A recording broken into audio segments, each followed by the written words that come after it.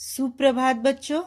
आज मैं तुम्हें संख्या पढ़ाने जा रही हूँ कि गिनती का प्रयोग हम लोग संस्कृत वाक्य में कैसे करते हैं और किस प्रकार के प्रश्न तुम्हारे परीक्षा में पूछे जा सकते हैं।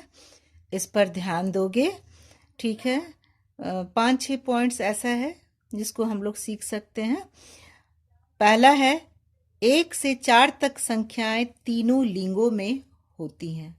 पहले भी तुम लोग पढ़ चुके हो, अतः इनके रूप लिंग के अनुसार अलग अलग होते हैं।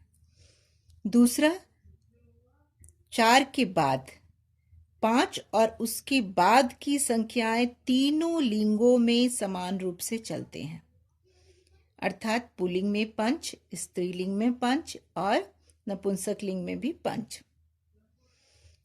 6 का सठ, 7 सप्त, 8 अष्ट, 9 नव और 10 का दश। तीसरी बात, एक शब्द के रूप सदा एक वचन में ही चलते हैं। एक जो संख्या है उसका एक वचन में ही प्रयोग होगा, दो जो संख्या है उसका दो वचन में ही प्रयोग होगा।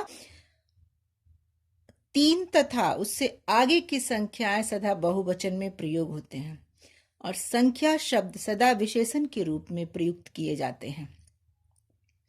अब देख लेते हैं पुल्लिंग, स्त्रीलिंग और नपुंसक लिंग में कैसे कैसे शब्दों का प्रयोग हम लोग करते हैं। एक, एकः, एका, एकम, अर्थात पुल्लिंग में एकः, स्त्रीलिंग में एका, नपुंसक लिंग में एकम। 2 का प्रयोग देखते हैं, द्वौ पुल्लिंग में, स्त्रीलिंग में द्वे और नपुंसक लिंग में भी द्वे। 3 का प्रयोग देखते हैं, पुल्लिंग में त्रयः, स्त्रीलिंग में तिस्रः और नपुंसक लिंग में त्रीणि। 4 का चत्वारः, स्त्रीलिंग में चतस्रः और नपुंसक लिंग में चत्वारि। समझे?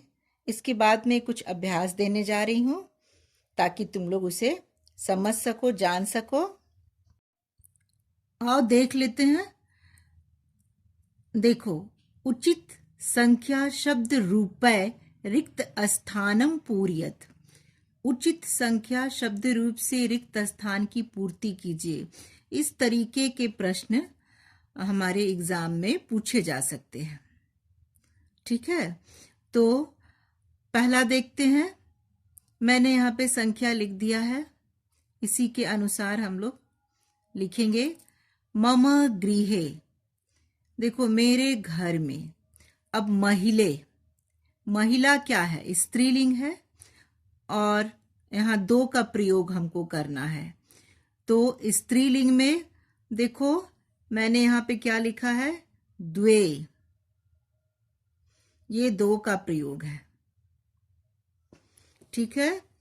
1 2 3 4, 4 तक का मैंने फिर से लिख दिया ताकि यहां से देखकर तुम लोग आसानी से समझ सको, ठीक है। तो मम गृहे द्वे ऐसे लिखेंगे, द्वे, द्वे महिले अस्त, समझे।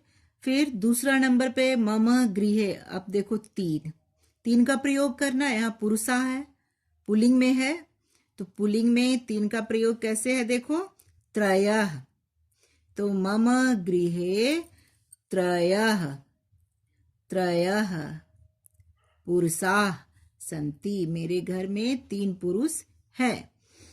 नेक्स्ट देखो, मम गृहे, अब 4 का प्रयोग करना है, नपुंसक लिंग में करना है, तो क्या होगा? चत्वारि, फलानि, चत्वारि, ठीक है, फलानि सन्ति। नेक्स्ट है मम गृहे, 1 का प्रयोग करना है, स्त्रीलिंग में है, तो देखो क्या होता है? एका, एका, एका सेविका अस्ति। वृक्षे, अब 5 का प्रयोग करना है, तो पंच से तीनों लिंगों में समान होता है, तो क्या लिखेंगे? पंच, ऐसे। वृक्षे पंच खगा सन्ति, वृक्ष पर 5 चिड़िया है। दशरथस्य, 3 का प्रयोग करना है। 3 का प्रयोग स्त्रीलिंग में। दशरथ की 3 रानियां थी, राज्ञा रानियां। दशरथस्य, ठीक है। अब स्त्रीलिंग में 3 का प्रयोग कैसे हुआ है? तिस्रा, तो लिखेंगे तिस्रा। राज्ञा आसन। क्रीड़ा क्षेत्रे 9 का प्रयोग है। तो 5 के बाद तीनों लिंगों में हम लोग कैसे करते हैं? समान रूप से करते हैं। अभी अभी मैंने बताया था। तो क्या लिखेंगे? नव बालका क्रीडन्ति। उम्मीद है तुम लोग समझ गए होंगे। धन्यवाद बच्चों।